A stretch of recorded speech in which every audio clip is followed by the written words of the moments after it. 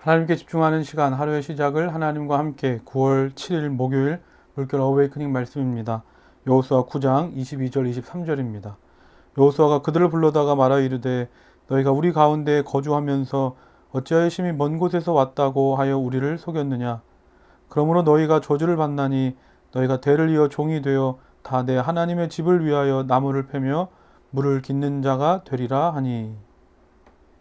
기브온 족속들이 여리고성과 아이성 전투에서 승리한 이스라엘 백성들이 두려워서 자신들은 가나안 사람들이 아니고 먼 나라에서 온 이방인이라고 속였습니다.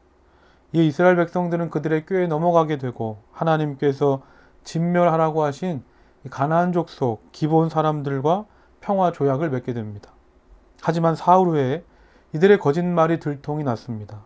분명 하나님의 이름으로 평화 조약을 맺긴 했지만 이스라엘 백성들이 마음만 먹으면 언제든지 기브온 사람들을 죽일 수 있었습니다.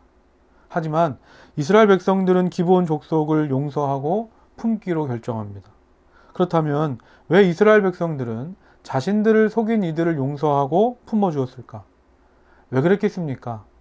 자신들이 먼저 하나님께 이와 같은 용서와 품어주심의 은혜를 경험했기 때문입니다.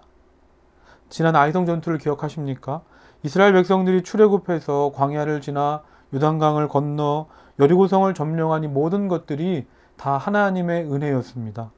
하지만 이스라엘 백성들은 이러한 하나님의 은혜를 잊어버리고 그저 눈앞에 있는 이익, 자신들의 욕심을 채우기 위해서 하나님의 말씀에 불순종했고 결국 아이성에서 패배합니다.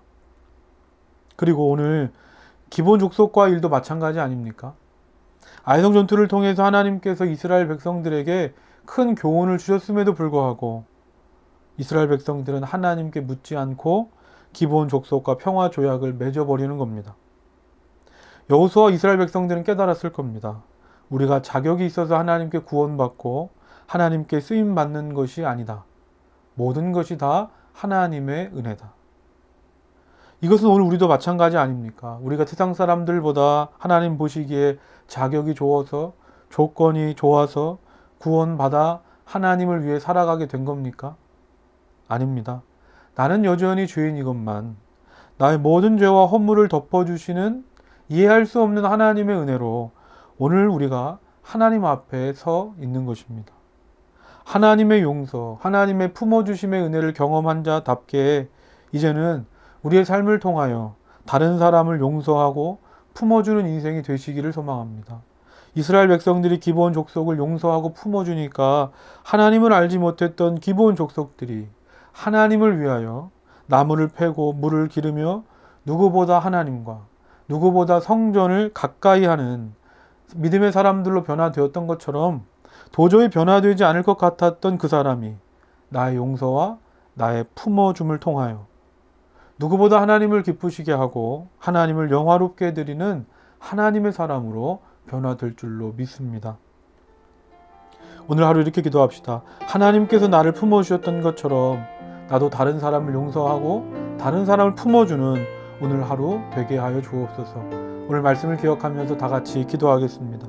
사랑의 하나님 아버지 감사합니다.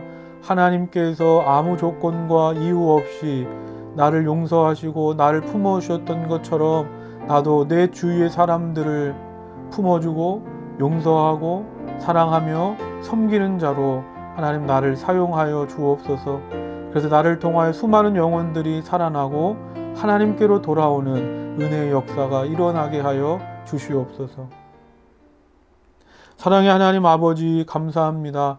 여호수아와 이스라엘 백성들이 손해를 감수하고 그들을 품어줬던 것처럼 그들의 품어줌과 용서를 통해 기브온 사람들이 하나님을 위하여 살아가는 믿음의 사람들로 변화되었던 것처럼 하나님 오늘 나도 그 은혜를 받은 자답게 나의 용서와 나의 헌신과 섬김을 통하여 하나님을 알지 못했던 많은 사람들과 이 세상이 하나님께로 돌아오는 은혜의 통로로 은혜의 사람으로 우리를 사용하여 주시옵소서.